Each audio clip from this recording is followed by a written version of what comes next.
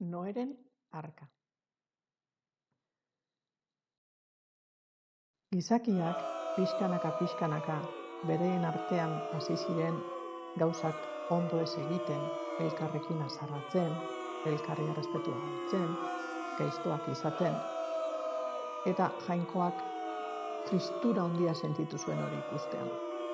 Herrialde horretan ordea ikusten zuen bazegoela Noe izeneko gizon bat zintzoki jokatzen zuen.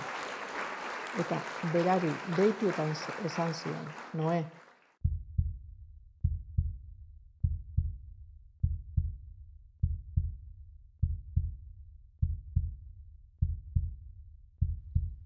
joan eta eraiki ezazu arka bat, egurrezko ontzi bat, zure eskuekin, eta bertan sartu zure familia osoa eta munduan dauden animalia guztietatik, bakoitzetik bikotezka sartu animaliak.